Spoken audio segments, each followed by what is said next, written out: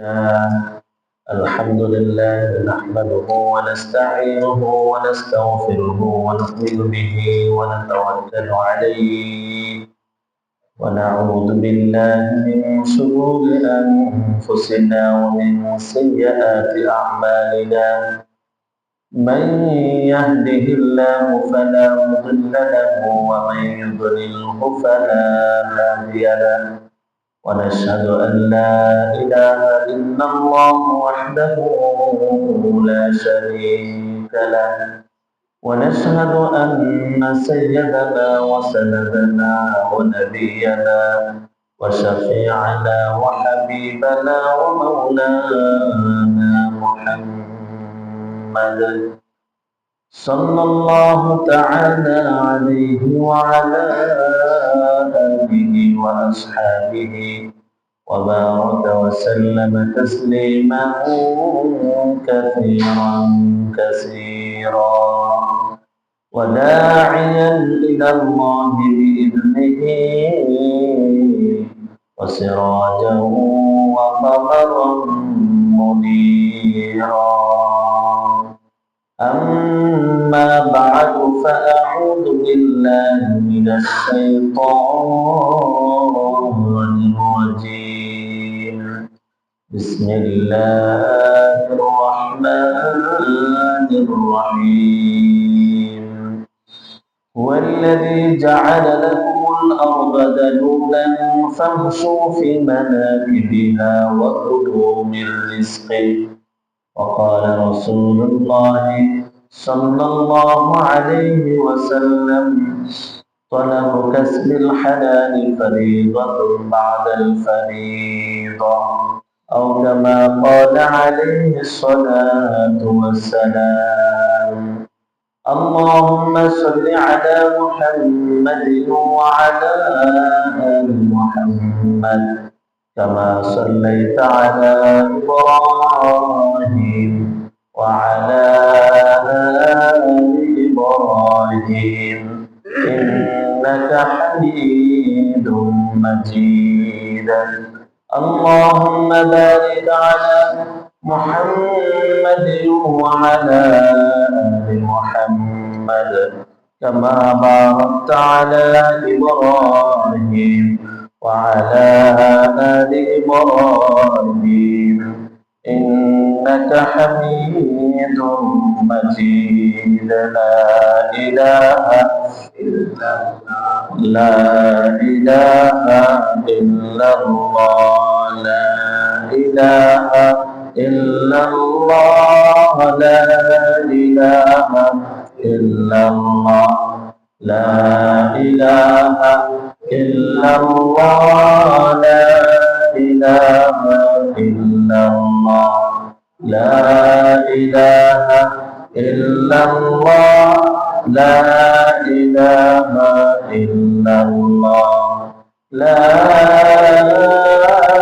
إله إلا الله محمد رسول الله صلى الله عليه وسلم سبحانك لا علم لنا إلا ما علمتنا إنك أنت العليم الحكيم মহান আল্লাহ পাক রব্বুল আলামিনের দরবারে অসংখ্য গণিত ও লাখ কোটি শুকরিয়া যিনি আমাদেরকে জুমার নামাজ আদায় করার উদ্দেশ্যে আল্লাহর ঘরে আসার বসার তৌফিক দান করেছেন আল্লাহ তাআলার কাছে আমরা শুকরিয়া আদায় করি আলহামদুলিল্লাহ সাথে সাথে দুরূদ ও সালাম পাঠ করছি আলে রামদাল তাজদারে মদিনা মাহবুবে কিবরিয়া দিলার গোশে আমিনা মুহাম্মদুর রাসূলুল্লাহ সাল্লাল্লাহু আলাইহি ওয়াসাল্লামের প্রতি যার আদর্শের মাঝে রয়েছে আমাদের জন্য শান্তি এবং কামিয়াবি আল্লাহ তাআলা আমাদের সকলকে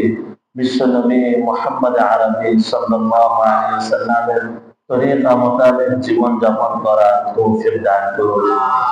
এখনো পর্যন্ত যে সকল মুমিন মুসলমান ভাইরা আসতে পারে নাই আল্লাহ তাআলা সকলকে আল্লাহর ঘরে হাজিরা দেওয়ার তৌফিক দান করুন।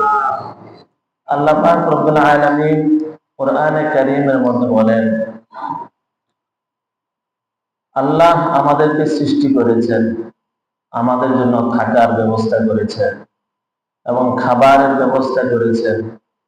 এত সুন্দর যে আসমান আমাদের উপরে ছাদ হিসেবে বানিয়েছেন। আল্লাযী জাআলা লাকুমুল আরদা ফিরাশা, যিনি জমিনকে আমাদের জন্য বিছানা স্বরূপ বানিয়ে দিয়েছেন। এই জমিন এমন শক্ত করে দেন নাই যে মানুষ এখানে কোনো কর্ম করতে পারবে না, যা বা কেটে মাটি কেটে তার বাড়ি বানাইতে পারবে না। আবার এমন কাদা মাটির মতন বানিয়ে দেন নাই যেটা কারণে বান্দা চলতে পারে না। তো আল্লাহ তাআলা এই জমিনকে আমাদের জন্য বিছানা স্বরূপ বানিয়ে দিয়েছেন। ওয়া আনজালা মিনাস সামাই মাআ, এবং তিনি আবার আসমান থেকে তিনি আবার পানির ব্যবস্থা করেছেন।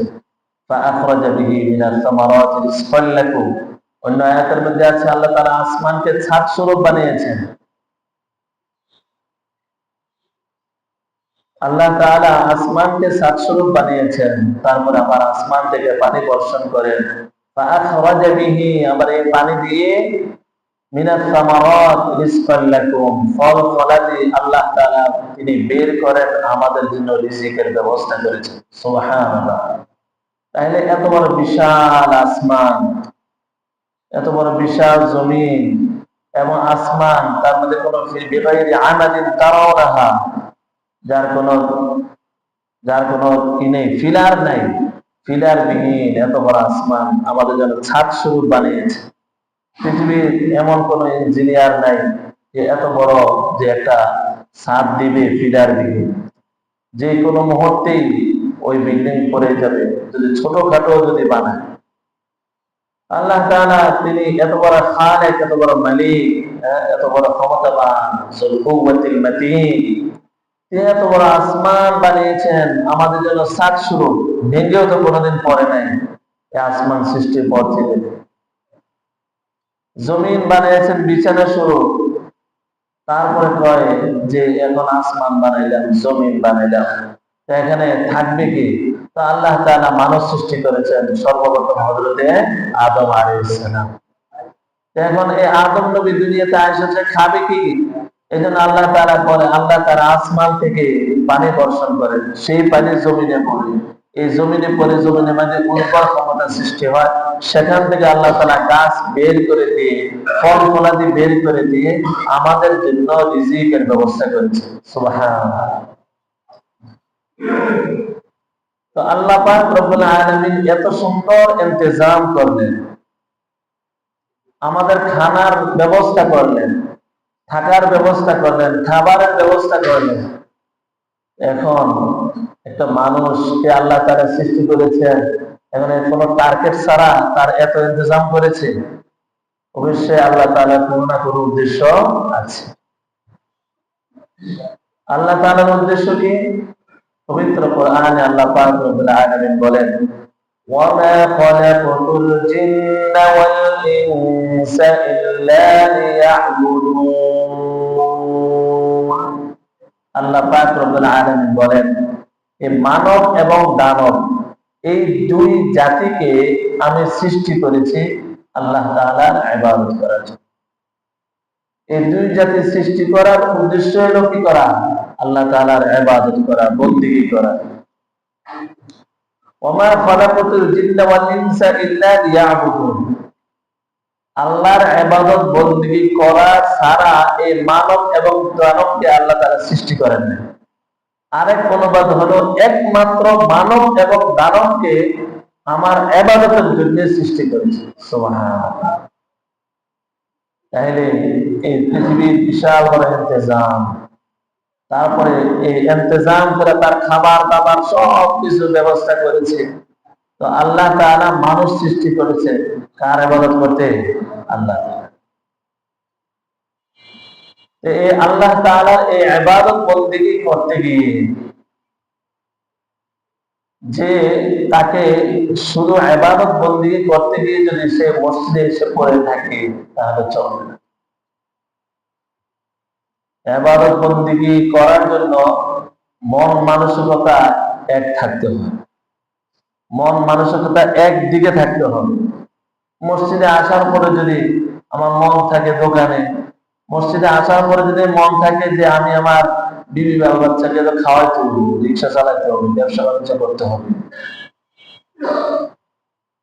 তো এই মন মানসিকতা যদি মসজিদের ভিতরে আসার পরে যদি কিভাবে খাওয়াবো, কিভাবে তাদেরকে জানাবো, কিভাবে তাদের সংসার আমি সুন্দর করে সাজাবো, নামাজে খাড়াইয়া যদি এগুলো মনে হয়, তাহলে তার এই নামাজ যে বিনয়ের সাথে খুশুর সাথে এক মনে এক ধ্যানে যে নামাজ, যেটা নবীজির নামাজ, এটা আমাদের পূর্ণাঙ্গ আদায় হবে না। এই জন্য পবিত্র কোরআনে আল্লাহ পাক রব্বুল আলামিন বলেন, ফাইদা কুদিয়াতিস সালাতু ফান্তাশিরু ফিল আরদ, যখন তোমার নামাজ শেষ তখন তোমরা জমিনে ছড়াইয়া পড়ো, রিজিকের তালাশে তুমি বের হও, রিজিক অনুসন্ধান তোমরা করো। তুমি নামাজের মধ্যে এসে পড়ে থাকবা আর ঘরে খাবার থাকবে না, এরকম কথা আল্লাহ বলে না। এই জন্যে শ্রম দিয়া খানা খাওয়া, পরিশ্রমের মাধ্যমে অর্থ উপার্জন করা, এটা আল্লাহর নির্দেশ, নবীজি মুহাম্মদুর রাসূলুল্লাহ সাল্লাল্লাহু আলাইহি ওয়াসাল্লাম। পবিত্র কোরআনে সূরা মুলুকের মধ্যে আল্লাহ তাআলা বলেন, হুয়াল্লাযী জাআলা লাকুমুল আরদা যালুলান ফামশু ফী মানাকিবিহা ওয়া কুলু মির রিজকিহি। আল্লাহ তাআলা বলেন, আল্লাহ তো তিনি হুয়াল্লাযী জাআলা লাকুমুল আরদা যালুলা, আল্লাহ তো তিনি যিনি জমিনকে যিনি সুগম করে দিয়েছেন, চলাচলের রাস্তার ব্যবস্থা করে দিয়েছেন। ফামশু ফি মানাকিবিহা, তোমরা এই জমিনের বুক চিরে বিভিন্ন দূর দূরান্তে তোমরা বিচরণ করো, তোমরা চলো বিচরণ করো। তোমার ওয়াকুলু মির রিজকিহি, এবং তোমরা তার রিজিক থেকে তোমরা ভক্ষণ করো। তোমার রিজিকের প্রয়োজন, তুমি ঢাকা থেকে, কুমিল্লা থেকে তুমি ঢাকা আসছো, বা ঢাকা থেকে তুমি চট্টগ্রামে যাচ্ছ, এটা রিজিকের জন্য তুমি বের হয়েছো। এই জন্য শ্রম দিয়ে খানা খাওয়া, শ্রম করে পরিশ্রম করে খাবার খাওয়া, এটা আল্লাহর নির্দেশ, মুহাম্মদুর রাসূলুল্লাহ সাল্লাল্লাহু আলাইহি ওয়াসাল্লামের তরিকায়।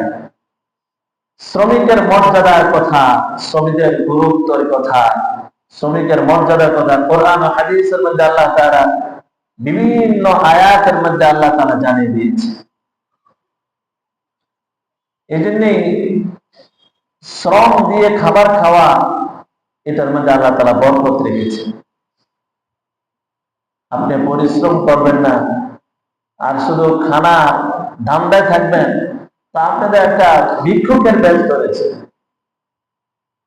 এই জন্য আল্লাহ পাক রব্বুল আলামিন বলেছেন যে তোমরা রিজিক তালাশ করো, রিজিকের জন্য বের হয়ে যাও, পরিশ্রম করে তোমরা খানা খাও, পরিশ্রম করে তুমি রিজিকের তালাশ করো।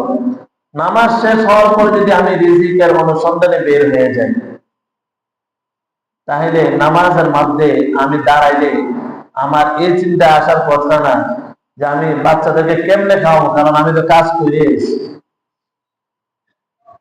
এই জন্য ইবাদত, এটা পূর্ণাঙ্গ ভাবে আসার জন্য তাকে শ্রম দিতে হবে, তার রিজিকের তালাশ করতে হবে, তাকে শ্রমিকের কাজ করতে হবে, শ্রম দিতে হবে।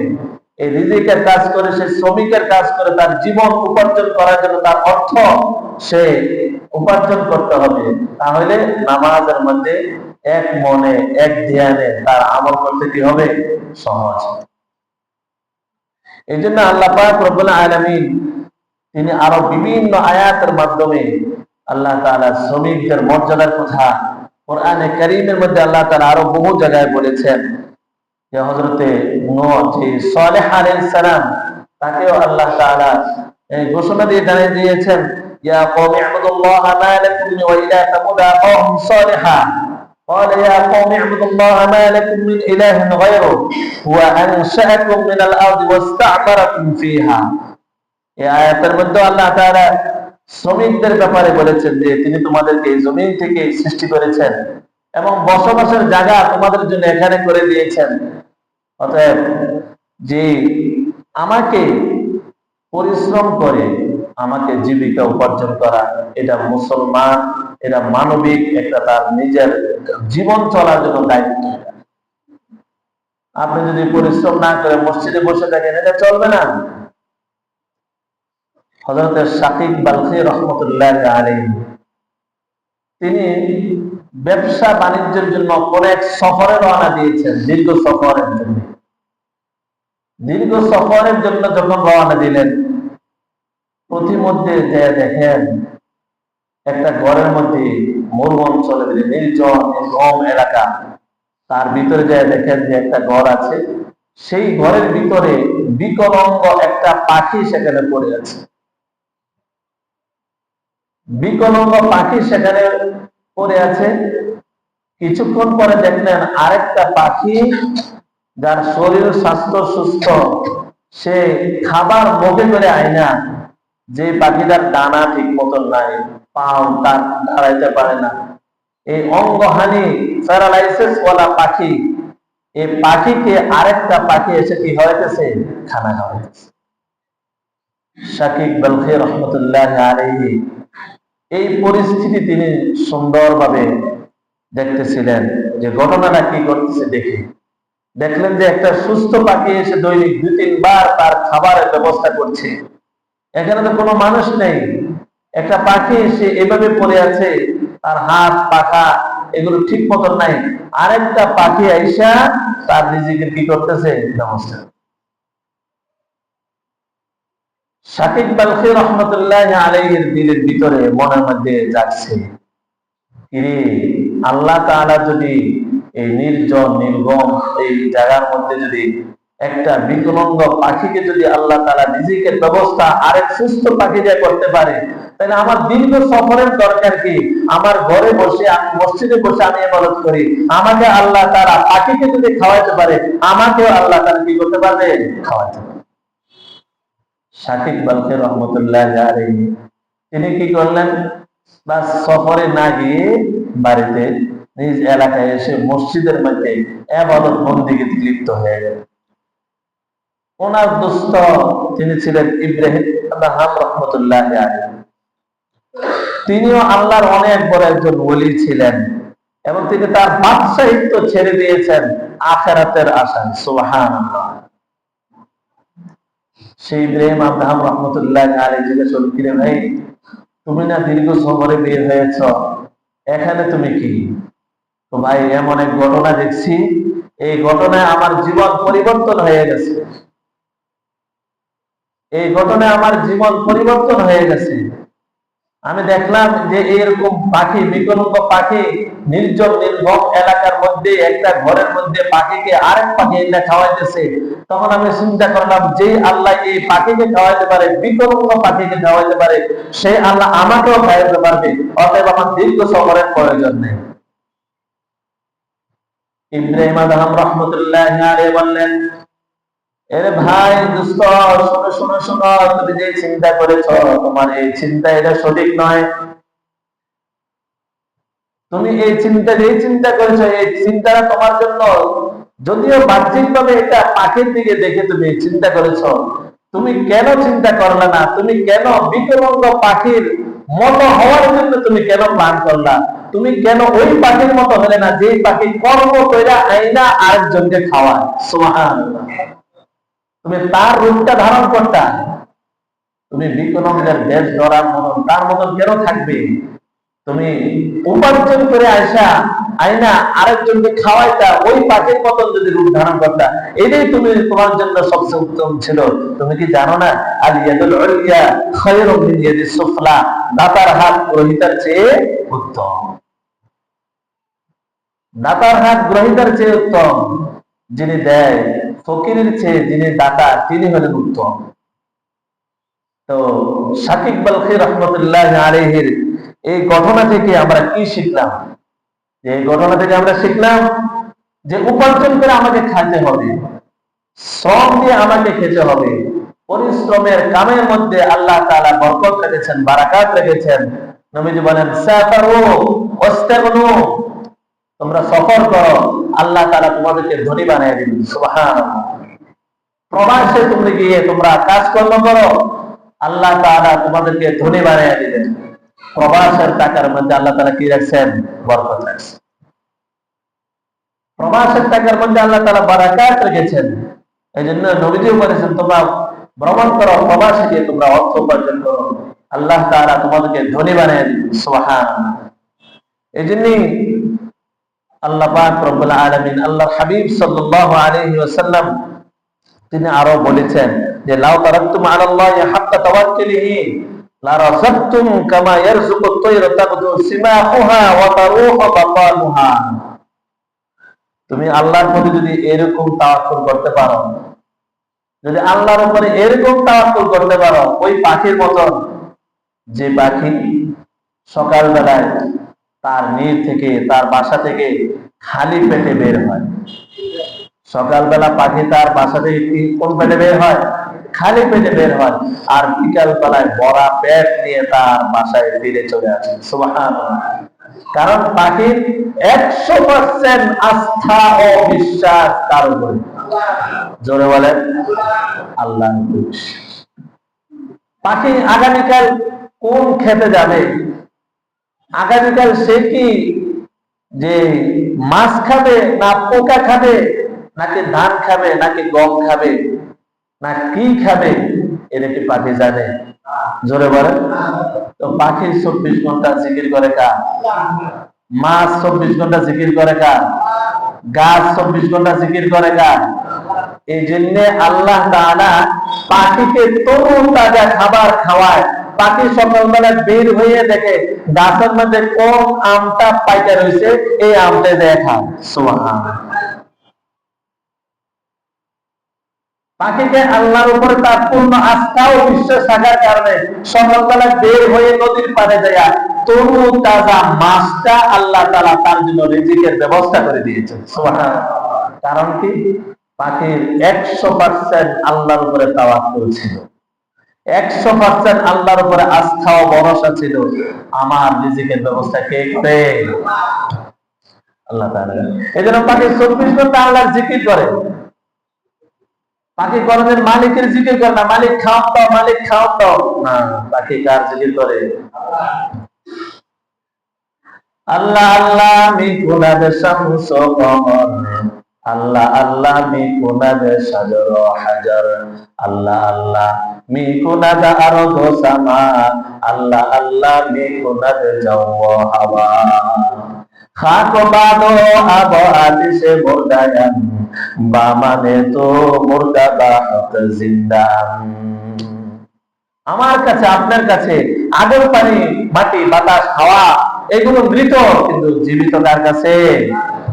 মাছ আল্লাহ তাআলার জিকির করে, গাছ আল্লাহ তাআলার জিকির করে, চন্দ্র আল্লাহ তাআলার জিকির করে, সূর্য আল্লাহ তাআলার জিকির করে। এই জন্য মাছ আল্লাহ তাআলার জিকির 24 ঘন্টা করতেছে, গাছ আল্লাহ তাআলার জিকির 24 ঘন্টা করতেছে। এই জন্য আল্লাহ তাআলা আসমানের রহমতের বৃষ্টি ওই গাছের মধ্যে আল্লাহ তাআলা পালায়, গাছ সুস্থ সবল হয়ে সেখান থেকে আল্লাহ তাআলা ফল বের করে দেয়। তার এই গাছের উপরে এত বড় উঁচা গাছ, সেই গাছের উপরে ফল ধরে, সেই ফলের ভিতরে মিষ্টি পানির ব্যবস্থা কে করে? গাছ আল্লাহ তাআলা। আল্লাহর উপরে পূর্ণ আস্থা ও ভরসা। এখন বলেন, আমার আর আপনার আল্লাহর উপরে পূর্ণ আস্থা ও ভরসা আছে? পূর্ণ আস্থা নাই। পূর্ণ আস্থা হলে তো আল্লাহ তাআলা ডাইরেক্ট খাওয়াইতে। পূর্ণ আস্থা ও পূর্ণাঙ্গ ভাবে আমাদের আস্থা ও বিশ্বাস নাই। আরে যদি আল্লাহ তাআলা কালকে যদি না পাই, এটাকে ফ্রিজের মধ্যে গুদামজাত করে রাখো, গুদামজাত করে রাখো। যদি না পাই বনি ইসরাইল তো ধ্বংস হয়েছে এই কারণে, বনি ইসরাইলের রিজিকের মধ্যে অভাব অনটন হয়েছে এই কারণে। আল্লাহ তাআলা আসমান থেকে ডাইরেক্ট মান্না ওয়া সালওয়া খাবার আল্লাহ তাআলা তাদেরকে দিত, আসমানে ডাইরেক্ট খানা দিত। ওরা কি করছে? এই যে শয়তানের ধোঁকা দিয়েছে। প্রত্যেকদিন কিন্তু আল্লাহ তাআলা তাদেরকে দিয়েছেন। একদিন শয়তানের ধোঁকা দিয়ে দিয়েছে, যদি কালকে তো খোদা যদি তোমরা না দেয় তাহলে কি করবে? একটা কাজ কর, খাবার গুলো রিজার্ভ করে ধুয়ে দাও। এখন হেরা কি করছে? খাবারটা সংগ্রহ করে রাত্রে বেলা ধুয়ে দিচ্ছে, সকালবেলা দেখা দেখে এগুলো সব পচা নষ্ট হয়ে গেছে। কিতাবের মধ্যে আছে যে এই বনি ইসরাইল যদি এই খেয়ানতটা যদি এরকম না করতো, তাহলে আমাদের তরকারি কোনোদিন পচতো না। যারা বলেন সুবহানাল্লাহ। নয় আপনি তরকারি বাগালে সকালবেলা পচবে কেন, এটা তো যুক্তি দিতেও ধরে না। এই তাদের খেয়ানতের কারণে আমাদের আসমানের থেকে ডাইরেক্ট রিজিকও কি হয়ে গেছে, হ্যাঁ এই খাবার খাবো না, তো আমরা এই খাবার খাবো না, আমরা ফসলি খানা খাবো, আমরা চাষ করে খাবো, চাষাবাদ করে খাবো। যাই হোক, তো আল্লাহ পাক রব্বুল আলামিন কয় যে এই যদি নবীজি বলেন যদি তোমরা এরকম পূর্ণ আস্থা বিশ্বাস দিতে পারো, তাহলে আল্লাহ তাআলা খালি পেটে বার করবেন, ভরা পেটে ঘরে ঢুকে সুবহানাল্লাহ, পাখির মতো। এই জন্য আল্লাহর উপরে আমাকে যে সব আল্লাহর উপরে পূর্ণ আস্থা, তাওয়াক্কুল, সব আল্লাহ তো খাওয়ায়, এইভাবে খাওয়াইয়া কইয়া মসজিদে বইয়া থাকলে হবে না। হযরত ওমর রাদিয়াল্লাহু তাআলার ইতিহাস শুনেন। হযরত ওমর রাদিয়াল্লাহু তাআলা যখন দেখছে যে মসজিদের মধ্যে বইয়া আছে কাম টাম বাদ দিয়া, ওমর লাঠি দিয়ে খোঁচা দিত, তাই তাড়াতাড়ি নিজেকে তালাশ করো, তুমি নিজেকে দেখো, তুমি অকর্মা কেন থাকবা, কর্ম করে খাও, পরিশ্রম করে খাও, তার মধ্যে আল্লাহ তাআলা বরকত রেখেছেন। আল্লাহ তাআলা তার মধ্যে তোমার নবীজি এবং সাহাবায়ে কেরাম তারাও এই কর্ম করেছেন, এর মধ্যে আল্লাহ তাআলা বরকত রেখেছেন। তোমরা বের হও, তোমরা কর্ম করো, শ্রম দাও, শ্রমিকের মতন কাজ করো। হযরত ওমর রাদিয়াল্লাহু তাআলা আনহু এইভাবে তিনি ঘোষণা দিয়ে দিলেন যে ঘরের মধ্যে মসজিদের মধ্যে বসে থাকতেও সুযোগ দিতেন না, যে নামাজ শেষ যাও রিজিক তালাশ করো। আমাদের সমাজে কিছু কিছু লোক আছে, মানে কোনো কাম করে না, হাকুল্লা খাওয়ার দাম দেয় ফেলে দেয়, আছে না নাই? তোমার হাত আল্লাহ তাআলা কত সুন্দর দিয়েছেন, পা আল্লাহ তাআলা কত সুন্দর দিয়েছেন, পরিশ্রম করার ক্ষমতা আল্লাহ তাআলা কত সুন্দর আল্লাহ তাআলা দিয়েছেন। আল্লাহু জাআলা লাকুমুল আরদা ফিরাশা ওয়াস সামাআ বিনাআ ওয়া সাওয়ারাকুম ফাআহসানা সুওয়ারাকুম ওয়া রাযাকাকুম মিনাত তাইয়্যিবাত। এত সুন্দর চেহারা, এত সুন্দর বডি আল্লাহ তাআলা দিয়েছেন, তোমরা সেই বডির এই নিয়ামত তোমরা শুকরিয়া আদায় করো এবং তোমরা রিজিক তোমরা তালাশ করো। আমি যে রিজিক দিয়েছি সেখান থেকে তোমরা তালাশ করো, তোমরা অন্বেষণ করো। আল্লাহ তাআলা তো উত্তম রিজিকের ব্যবস্থা আমাদের জন্য রেখে দিয়েছেন। আপনি কর্ম করবেন না, বসে বসে যদি খাইবেন, এটা তো ওই যে বিকলাঙ্গ আর প্রতিবন্ধী পাখির মতন হয়ে যাবে। বিকলাঙ্গ প্রতিবন্ধী পাখির দেশ কেন ধরব? আমরা ধরব যে ওই পাখি, যে পাখির হাত পা সব সুস্থ আছে এবং নিজে কর্ম করে নিজেও খায়, আরেকজনকে খাওয়ায়। সুবহানাল্লাহ। নিজেও খায়, অন্যকেও খাওয়ায়। আপনি পরিশ্রম করে শ্রমিকের মতন কাজ করে নিজেও খান, আবার নিজের বিবি বাচ্চাকেও খাওয়ান। আল্লাহ তাআলা রিজিক তালাশ করার জন্য আল্লাহ তাআলা বলে দিয়েছেন, ওমা মিন দাব্বাতিন ফিল আরদি ইল্লা আলাল্লাহি রিজকুহা। জমিনের মধ্যে এমন কোন বিচরণশীল জীব নেই যার রিজিকের ব্যবস্থা কে করে না? আল্লাহ তাআলা করেন। ইন্নাল্লাহা হুয়ার রাজ্জাক যুল কুওয়াতিল মাতিন। আল্লাহ তাআলা তিনি রিজিক দাতা, তিনি শক্তিশালী। আল্লাহর কাছে খাজানার অভাব আছে। ওয়ালিল্লাহি খাজাইনুস সামাওয়াতি ওয়াল আরদ। আসমান জমিনের খাজানা মালিক কে? আল্লাহ। আপনি বের হন সকালবেলা, আপনি সকালবেলায় পরিশ্রম করেন, আপনি শ্রম দিয়ে রিজিক তালাশ করেন। এই টাকার ভিতরে আল্লাহ তাআলা বারাকাত রেখেছেন, এই টাকার মধ্যে আল্লাহ তাআলা তোমাদের জন্য যে বরকত রেখেছেন, এবং এইটা খাইয়া যদি তুমি নামাজ পড়ো তৃপ্তি পাইবা। এই খাবারের ভিতরে আল্লাহ তাআলা নূর রেখেছেন, এই খাবারের মধ্যে আল্লাহ তাআলা হালাল সন্তান রেখে দিয়েছেন। সুবহানাল্লাহ। হারাম ভাবে তুমি কেন কাজ করবে? এই জন্য শ্রমিকদের মর্যাদা আল্লাহ তাআলা কোরআনে কারীমের মধ্যে নবীজিও বলেছেন, আত-তাজিরুস সাদুকুল আমিন মা'আন নাবিয়্যিন ওয়াস সিদ্দীকিন ওয়াস শুহাদা'i ওয়াস সালিহিন। একজন ব্যবসায়ী, সত্যবাদী একজন ব্যবসায়ী, তাদের হাসর নসর হবে নবীদের সাথে, সিদ্দীকিনদের সাথে, শুহাদা শহীদদের সাথে। ধরে বলেন সুবহানাল্লাহ। এই জন্য ভাই আমরা তো শ্রমিকদের, যারা শ্রমজীবী করে, আমরা অনেক সময় ইসলাম কি শিক্ষা দেয়? এখানে মুনিব এবং গোলামের মাসআলা নেই, একে আরেকজনের শ্রমিক হয়। বাড়িওয়ালা একজন কৃষকের কাছে সে কি হয়ে যায়? দুর্বল হয়ে যায়। আবার একজন কৃষক তার বাড়িওয়ালার কাছে, জমিওয়ালার কাছে কি হয়ে যায়? দুর্বল হয়ে যায়। আবার একজন বাড়িওয়ালা একজন কেয়ারটেকারের কাছে সে দুর্বল, আবার একজন কেয়ারটেকার তার বাড়িওয়ালার কাছে দুর্বল। দাস দাসের মাসালা নেই। নবীজি বলেছেন যে তোমরা মালিক এবং শ্রমিক তোমরা ভাই ভাইয়ের মতন তোমরা আচরণ করো। এই মালিক তুমি যা খাবে দোকানে বসে তা তুমি তোমার শ্রমিককেও খাওয়াও, তুমি যেমন করবে তোমার শ্রমিককেও তা পরিধান তুমি করো। এটা রাসূলের আদর্শ। এটা নবীজি মুহাম্মদুর রাসূলুল্লাহ সাল্লাল্লাহু আলাইহি ওয়াসাল্লামের আদর্শ। আপনি বাড়িওয়ালা বা আপনি মালিক, আপনি ভালো খাবেন, আপনি একই অফিসে আছেন, আপনি অনেক ভালো খাচ্ছেন, আপনি শ্রমিককে নরমাল খাবার আপনি এনে দিলেন। এটা তো ইনসাফের আদালত হলো না, এটা সুন্দর হলো না, এটা নবী আদর্শ হলো না। আল্লাহ রাসূলের আদর্শ তো এটাই, তুমি যা খাইবে তোমার শ্রমিককেও তুমি তা খাও, তুমি যা পড়বে তোমার শ্রমিককেও তা তুমি পরিধান করাবে। এটাই নবীর আদর্শ। তুমি কেন মনিবের ভাব ধরে তুমি কেন দাস, তোমার শ্রমিককে তুমি দাস কেন বানাবা? দাসের সেই প্রচলন, দাসের যে গোলামি করার যে শৃঙ্খল, যে জুলুম অত্যাচার, এগুলো ইসলাম কখনো সমর্থন করে না। আপনিও কোনো না কোনো একজনের শ্রমিক। আপনি যে বিশাল বড় বাড়ি করেছেন, আপনার টাকা আনছেন কোথা থেকে? আরেক জায়গায় কর্ম করে আসছেন, তা আরেক বেটার শ্রমিক আপনি ছিলেন। ওই বেটা এত টাকা কোথা থেকে সে কামাইলো, সেও দেখা যায় বড় এক ধরনের চাকরি করে, তো সে যে চাকরি করে সে তো শ্রমিকের কাজ করে। তাইলে আমরা সবাই কি এক অপরের শ্রমিক। অতএব এখানে অহংকার আর ভাবসাব দেওয়ার কোন সুযোগ নাই। এই জন্যই শ্রমিকদেরকে অন্তর থেকে ভালোবাসা, তাদেরকে দিল থেকে ভালোবাসা। শ্রমিকদের এই পরিশ্রমের যে অর্থ, তার যে কষ্টের যে বিনিময়, এটা তার সাথে সাথে কাজের সাথে সাথে দিও না। তার মাঝে তাল বাহানা করা এটা জুলুম,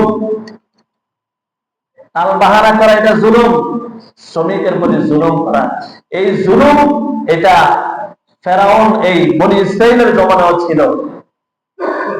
ফেরাউন সে তার বাহিনীর লোকেরা মানুষদেরকে দিয়ে কাজ করাইতো, আর ঠিক মতো তাদেরকে পরিশ্রমের তাদের টাকা দিত না, এগুলো কষ্ট দিত। এটি ফেরাউনের স্বভাব ছিল। এখন আমাদের এই দুনিয়ার মধ্যে শ্রমিকের মূল্য পূর্ণাঙ্গ ভাবে কি মালিকরা দেয়? জোরে বলেন। যদি দিত তাহলে কেন শ্রমিকরা গার্মেন্টসের সামনে খাড়ায় খাড়ায় প্রতিবাদ করে? কেন প্রেস ক্লাবের সামনে খাড়ায় খাড়ায় প্রতিবাদ করে? কেন তার নিজের পাওয়ার টাকা পাওয়ার জন্য গুলি খেয়ে আর উল্টা মরা লাগে? আছে না নাই?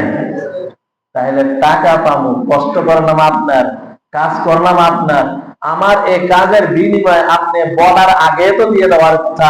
এটাই নবীর আদর্শ। নবীজি কি বলেছেন? ক্বালা রাসূলুল্লাহ সাল্লাল্লাহু আলাইহি ওয়াসাল্লাম উতুল আজীরা আজরাহু লা ইয়াজফা'ল কবুল। আল্লাহর হাবিব সাল্লাল্লাহু আলাইহি ওয়াসাল্লাম বলেন, তুমি তোমার শ্রমিকের পারিশ্রমিক, শ্রমিক তার ঘাম শুকানোর আগে তার পারিশ্রমিক দিয়ে দাও। এটাই নবীর আদর্শ ছিল। আর সেখানে সে তার পারিশ্রমিক পাওয়ার জন্য তোমার কাছে বলতে যাবে কেন? তুমি বলার আগে তুমি দিয়ে দিবা। এটা হক, এটাই কি অধিকার, বলার আগে দিয়ে দিবা। এখন 3-4 জনকে মিল্লা সুপারিশ করা লাগে, 3-4 জন মিল্লা সুপারিশ করাও পারে না, তাকে বুঝাইতে পারে না। এখন মাঠে নামা লাগে, মাঠে নেমেও পারে না, মিছিল দেওয়া লাগে, মিছিল দিয়েও পারে না। তারপরে মন্ত্রণালয়ে যে অভিযোগ দেওয়া লাগে, তারপরে দরখাস্ত দেওয়া লাগে, যে অভিযোগ দেওয়া লাগে যে এই গার্মেন্টসের মালিক ঠিক মতন আমাদেরকে বেতন দেয় না। আপনি কাজের বেলা কাম নিলেন ঠিক করে, এখন আবার টাকা দিবেন না কেন? এটা জুলুম, এটা চরম জুলুম। এই টাকা না দিয়ে যদি মানুষের হক মেরে যারা খায়, তারা দুনিয়াতেও শান্তি পায় না, আখিরাতেও শান্তি পাবে না। দুনিয়াতে সে বিশাল করা গাড়ি দেখবে, বিশাল করা মার্সিডিজ গাড়ি দেখবে, ওই গাড়ির মধ্যে থাকতে সে শান্তি পাবে না, কারণ সে তো জানে সে তো মানুষের হক নষ্টকারী। সে আলিশান বাড়ি থেকেও সে ঘুম আসবে না, ঘুম আল্লাহ তাআলা হারাম করে দিবে। কিন্তু যাই দেখেন এই শ্রমিক কারণ বাজারের মাঝখানে রাতে 3টা বাজে গিয়ে দেখবেন সেখানে 2টা বাজে 12টা বাজে দুই পাশে এত গাড়ি যায়, মাঝখানে আইলেনের মধ্যে ওই টুকরিটার মধ্যে মাথা দিয়া বস্তার ভিতরে পাও ঢুকিয়া কি সুন্দর আলে ঘুমায় রয়েছে। এত গাড়ি আসে যাইতেছে, তাদের কোনো খবর নাই, আরামসে 1:30টা পর্যন্ত ঘুমায়, এরপর থেকে তাদের কাম আরম্ভ হয়ে যায়। সুবহানাল্লাহ। কারণ কি? কারণ কি? কারণ তার কোনো টেনশন নেই, সে কর্ম করবে, টাকা পাবে, তারপরে বাসায় গিয়ে তারপরে খাবার দাবারের ব্যবস্থা করবে। সে কারো হক মেরে খায় নেই, কারো হক নষ্ট করে নেই, এই জন্য হালাল রিজিক কামাই করার জন্য গেছে। এত ধরনের আওয়াজ, চিল্লা চিল্লি, গাড়ির আওয়াজ, বাসের আওয়াজ, ট্রাকের আওয়াজ, কত অ্যাম্বুলেন্সের আওয়াজ, তারপরও এর ঘুম কি হয় না? মানে না। আর গার্মেন্টসের মালিক, ইন্ডাস্ট্রিজের মালিক, বড় অফিসার, জুলুমকারী, বড় বড় নেতা, বড় বড় অর্থশালী, বড় বড় প্রভাবশালী, বড় বড় প্রতাপশালী, মানুষের টাকা মেরে খায়, চাঁদাবাজি করে খায়, মানুষের হক নষ্ট করে খায়, ঘুষ খায়, সুদের ব্যবসা করে, এইভাবে খায়া খায়া বহু টাকা ইনকাম করে। মার্সিডিজ গাড়ির মধ্যে বইয়ের টেনশন আছে কোন দিয়ে বোম মারেনি, মার্সিডিজ গাড়ির মধ্যে বইয়ের টেনশনে আছে কোন দিয়ে আবার আমাকে আটকায় কিনা, আবার এখান থেকে বা বাইরে হওয়ার তার আগে পিছনে গাড়ি থাকে, তাকে নিরাপত্তা দেওয়ার জন্য এরপরও আতঙ্ক থাকে। এরপরও কি থাকে? বাড়ির চতুর্দিকে বাউন্ডারি করা, সিসি ক্যামেরা লাগানো, তারপর আবার দারোয়ান আছে, এত কিছু থাকার পর এরপর আবার বডিগার্ডও আছে, এরপরও সে তার রুমের ভিতরে এসি রুম, সুন্দর রুম, এত সুন্দর নিরাপত্তা থাকার পরেও এরপরও ঘুমের ট্যাবলেট খাইয়া ঘুমটা আনতে পারে। কারণ কি? মানুষ হক নষ্ট করছে, বহু শ্রমিকের হক নষ্ট করেছে। বিলিয়ন টাকার মালিক হতে পারে, শান্তির মালিক হতে পারে, শান্তির মালিক হতে পারে নাই। শান্তি দেওয়ার মালিককে আল্লাহ তাআলা জালেমের সাথে থাকেন না, আল্লাহ তাআলা মজলুমের সাথে আছেন। কার সাথে আছেন? এই জন্য তো বলে ইত্তাকি দাওয়াতাল মাজলুম ফাইন্নাহু লাইসা বাইনাহা ওয়া বাইনাল্লাহি হিজাব। মজলুমকে বদদুআ से বাঁচো, মজলুমের বদদুআ থেকে বাঁচো। কারণ মজলুম যখন আল্লাহর কাছে দোয়া করে তখন তার মাঝখানে আল্লাহর মাঝে কোনো পার্টিশন থাকে না, আল্লাহ তাআলা মজলুমের দোয়া সাথে সাথে কবুল করেন। সুবহানাল্লাহ। তাহলে এই শ্রমিক সে কাজ করবে আর তার বিনিময়ে তুমি গরিবেশি করবা, এটা জুলুম করেছ, হাদিস বিরোধী কাজ করেছ, মানবতা বিরোধী তুমি কাজ করেছো। শ্রমিকরা তাদের এই শ্রমের অধিকার পাওয়ার জন্য কেন রাস্তা যেতে হবে? কেন আপনার বাড়ি, আপনার গার্মেন্টস বানানো টাকা দিয়া গার্মেন্টস এর সামনে আপনার বিরুদ্ধে কাজ করছে? এটা কি লজ্জা নয়? এটা একটা লজ্জা, এটা একটা অপমান। তারপরে সে মনে করে যে না করো, কদিন ছিললে এরপরে ঠিক হয়ে যাবে, পুলিশ দিয়ে তাদের ফিরায় মেরে ফেলায়। ইতিহাস আছে, বহু ইতিহাস আছে, ইসলামের বহু ইতিহাস আছে। সে আমেরিকাতেও এই ধরনের শ্রমিকদের থেকে তারা বঞ্চিত করেছে। শিকাগোতে সেই ইতিহাস পড়ে দেখেন, পয়লা এই যে মে দিবস, আজকে পয়লা মে দিবস, শ্রমিকদের আজকে পয়লা মে দিবস, আজকে শ্রমিকদের দিবস চলছে। এই ইতিহাসগুলো পড়েন, দেখবেন যে বহু ইতিহাস খুঁজে পাওয়া যাবে সেখানে। 6 জন শ্রমিককে তারা তাদের হক আদায় করার জন্য যখন সমাবেশ করতে গিয়েছে, তাদেরকে পুলিশ গুলি করে তাদেরকে হত্যা করেছে। 3 মে যখন আবার প্রতিবাদ করতে গেছে, আরো 4 জন যে শ্রমিককে তারা গুলি করে হত্যা করেছে।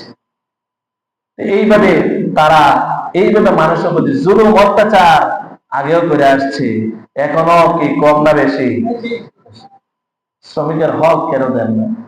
সে তার রমজান মাস, সবাই তার বাচ্চা কাচ্চা নিয়ে, আপনি আপনার বাচ্চা কাচ্চা নিয়ে আপনি লাখ লাখ টাকা মার্কেট করেন, আপনি মেয়ের জন্য লাখ টাকা দেন, ছেলেকে লাখ টাকা দেন মার্কেট করার জন্য। আর এই যে আপনি শ্রমিকের টাকা দেন, শ্রমিককে আপনি কষ্ট দিচ্ছেন, আপনি নিজের মুখ থেকে সেটার দিকে তাকাইলেন। ওই শ্রমিক হলো একজন মানুষ, তারও একটা ছেলে আছে, তার মেয়ে আছে, তার বিবি বাচ্চা আছে, তার বাবা মা আছে। সেও তো চায় তার বিবির মনটা ঈদের দিন খুশি থাকুক, সেও তো চায় তার মেয়ের মনটা খুশি থাকুক, সেও তো চায় তার বাবা মাকে একটু সুন্দর পোশাক পরিধান করাইতে যদি পারে, বাবা মা খুশি হবে, তার মনে মধ্যে তৃপ্তি আসবে। ঠিক না বেটি? কিন্তু আপনি আপনার নিজের আনন্দটা বুঝলেন, আপনার শ্রমিকের আনন্দটা বুঝলেন না। এটা ইসলামের ইতিহাস নয়, এটা ইসলামের আদর্শ নয়। এই জন্যই এই আদর্শ থেকে, আমাদের এই বড় আদর্শ থেকে শ্রমিকের হক আমরা পূর্ণাঙ্গভাবে আমরা কি করব? আদায় করব। এটাই হলো রাসূলের আদর্শ।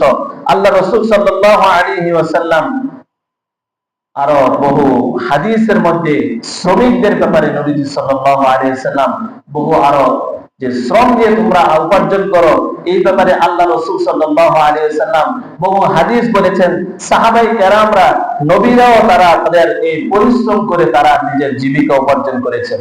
দাউদ আলাইহিস সালাম তিনি লৌহ বর্ম তিনি তৈরি করতেন। সুবহানাল্লাহ। দাউদ নবীর জন্য আল্লাহ তাআলা লোহাকে মোম বানিয়ে দিয়েছেন। তিনি লোহা ধরতেন, সাথে সাথে লোহা মোমের মতন গলে যেত।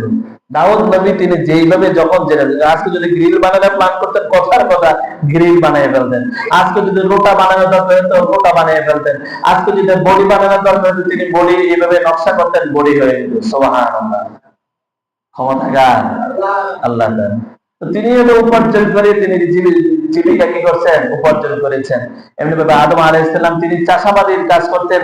এমনি ভাবে নূহ আলাইহিস সালাম তিনি কাঠমিস্ত্রি তিনি কাজ করতেন। ইদ্রিস আলাইহিস সালাম তিনি দর্জির কাজ করতেন। আমাদের মূসা আলাইহিস সালাম তিনি তো ছাগল চড়াইছেন, ঠিক না বেরি? হ্যাঁ, কোন নবী নাই যে কি করে নাই ছাগলের চড়ায়নি। তাইলে নবীরাও তো এইভাবে শ্রম দিয়েছেন। আল্লাহ রাসূল সাল্লাল্লাহু আলাইহি ওয়াসাল্লাম ব্যবসা করেন না? নবীজি ব্যবসা করেছেন। খাদিজা রাদিয়াল্লাহু তাআলা আনহার সাথে ব্যবসা বাণিজ্য করেছেন। এমনি ভাবে তিনি পরিশ্রম করেছেন। সাহাবায়ে কেরামের বহু ইতিহাস আছে। সাহাবায়ে কেরামের বহু ইতিহাস আছে। সারা দিন রাত বলে শেষ করা যাবে না। এই পরিমাণ তারা পরিশ্রম করেছেন, ব্যবসা বাণিজ্য করেছেন হালাল উপার্জন করার জন্য। যখন আপনি হালাল ভাবে চলবেন, হালাল রাস্তা আল্লাহ তাআলা আপনার জন্য উন্মুক্ত করে দিবেন। সুবহানাল্লাহ। ওমাইয়াত্তাকিল্লাহা ইয়াজআল লাহু মাখরাজা। যখন আপনি আল্লাহকে ভয় করবেন, এই এখন হারাম খাওয়া যাবে না, এই যে সুদ খাওয়া যাবে না, ঘুষ খেলে এখন অল্প সময় মধ্যে অনেক টাকা চলে আসবে। আর যদি এখানে শুধু ইয়াবা ট্যাবলেট, গাঁজা, হ্যাঁ, এই ধরনের ব্যবসা যদি করতে পারি, রাতারাতি 3-4 তলা বিল্ডিং, এটা একটা নাথিং ব্যাপার, এটা একটা স্বাভাবিক ব্যাপার। কিন্তু আপনি ওই কাজে আপনি যান নাই, অবৈধ পন্থা আপনি অবলম্বন করেন নাই। আপনি রিক্সা চালাতেছেন, আপনি ইটের বেটায় কাজ করছেন, আপনি একজন কেয়ারটেকারের কাজ করছেন, আপনি শাকসবজি বিক্রি করছেন, মাছ বিক্রি করছেন, ফসলাদি চাষাবাদের কাজ করছেন। আল্লাহ তাআলা এই টাকার ভিতরে বারাকাত এবং নূর রেখেছেন। এই টাকাকে যখন আপনার ভিতরে রক্ত মাংস পিণ্ড তৈরি হবে, সেখান থেকে আল্লাহ তাআলা একটা নাপাক সূত্র তৈরি করবে। সেই সূত্রটা আল্লাহ তাআলা হালাল। এই সূত্র যখন আপনার বিবির সেখানে যাই, যে বাচ্চাদানির রেহানের মধ্যে যখন যাবে, সেই জায়গাটাও হালাল হয়ে যায়। সেখান থেকে আল্লাহ তাআলা এই হালাল খাবার খাওয়ার কারণে সেখান থেকে এমন এক সন্তান দিবে, যে সন্তান শ্রেষ্ঠ আলেমে পরিণত হয়ে যাবে। হালাল টাকার মধ্যে আল্লাহ তাআলা কি রেখেছেন? দারুল উলুম দেওবন্দ মাদ্রাসার মধ্যে এলাকার মানুষের মধ্যে একজন, সে ঘাস বিক্রি করে খায়, ঘাস বিক্রি করতো, তুলে তুলে নিয়ে বিক্রি করতো। তো উনি বছরে একবার দেওবন্দের ওই যে দেওবন্দ মাদ্রাসা বড় বড় হুজুরদেরকে দাওয়াত দিয়া ওই ঘাসের টাকা বিক্রি করে খাওয়াইতেন, হুজুরদেরকে দাওয়াত দিতেন বছরে একবার। তো হুজুররা সেখান থেকে খানা খাইতেন, খাওয়ার পরে অনেক তৃপ্তি পাইতেন, আনন্দ পাইতেন। বলতো যে এই খাবারের মধ্যে নূর আছে। এই ভাই, তুমি যে ঘাস বিক্রি করে আনলেন না, আমাদেরকে এই ঘাসটা আপ্যায়নের ব্যবস্থা, এর মধ্যে নূর আছে। হুজুররা প্রতি বছরে তামান্না থাকতো যে ওই কৃষক, ওই ভাই কোনদিন আমাদেরকে দাওয়াত দিলেন, তার খাবারের ভিতরে নূর আছে। ধরে বলেন সুবহানাল্লাহ। শ্রমের মধ্যে আল্লাহ তাআলা কি রেখেছেন? বারাকাত রেখেছেন। এই জন্য ফকিরের বেশ করার দরকার নেই। যারা এই ধরনের কি জানি রাস্তা রাস্তা হাতি নিয়ে চলে আর টাকা উড়ায়, এটি ভিক্ষুক। যারা গান বাজনা করে টাকা কামায়, তারাও ভিক্ষুক। যারা আল্লাহর সন্তুষ্টির জন্য বয়ান না করে বিভিন্ন কিচ্ছা কাহিনী মুখস্থ করে বিভিন্ন জায়গায় বয়ান করে আর টাকা কামায়, তারাও এক ধরনের ভিক্ষুক। এই জন্য ভাই, এই ভিক্ষাবৃত্তি থেকে আমাদের থেকে ফিরে আসতে হবে। ইসলামের মধ্যে বৈধ নিম্নমানের একটা কাজ হলো কি করা? ভিক্ষা করা। আপনি ভিক্ষা, আপনার হাত পা বাঁধা আছে, আপনি কর্ম করেন, আল্লাহ তাআলা এর মধ্যে বরকত রেখেছে। আপনি ভিক্ষা করবেন কেন? ভিক্ষা করলে নিজেকে একদম ছোট বানাইতে হয়, চেহারাটাকে মলিন করতে হয়, তারপরে নিজেকে বড় ভিক্ষুকের বেশ ধরতে হয়, কত আইটেমে নিজেকে ছোট বানানোর যত রাস্তা আছে। পারলে ভালো পাওকে বাইঙ্গে এরপরে ভাঙা পাও বানাইয়া ব্যান্ডেজ লাগাই আবার ভিক্ষা করে, আছে না নাই? আবার ভালো পাওকে আবার সুন্দর করে কষ্ট দিয়ে পেঁচে তারপরে কি করে ভিক্ষা করে, অথচ হ্যাঁ পাওয়া কি ভালো। কেন আমরা এগুলো করি? এই জন্যই আমাদের হালাল রিজিক তালাশ করা, এটা ইসলামের আদর্শ, এটা ইসলামের নির্দেশ। আমরা শ্রমিককে পরিপূর্ণ হক আমরা দিব, শ্রমিককে আমরা মর্যাদা দিব। আল্লাহ তাআলা আমাদের সকলকে বোঝার আমল করার তৌফিক দান করুন। আমিন।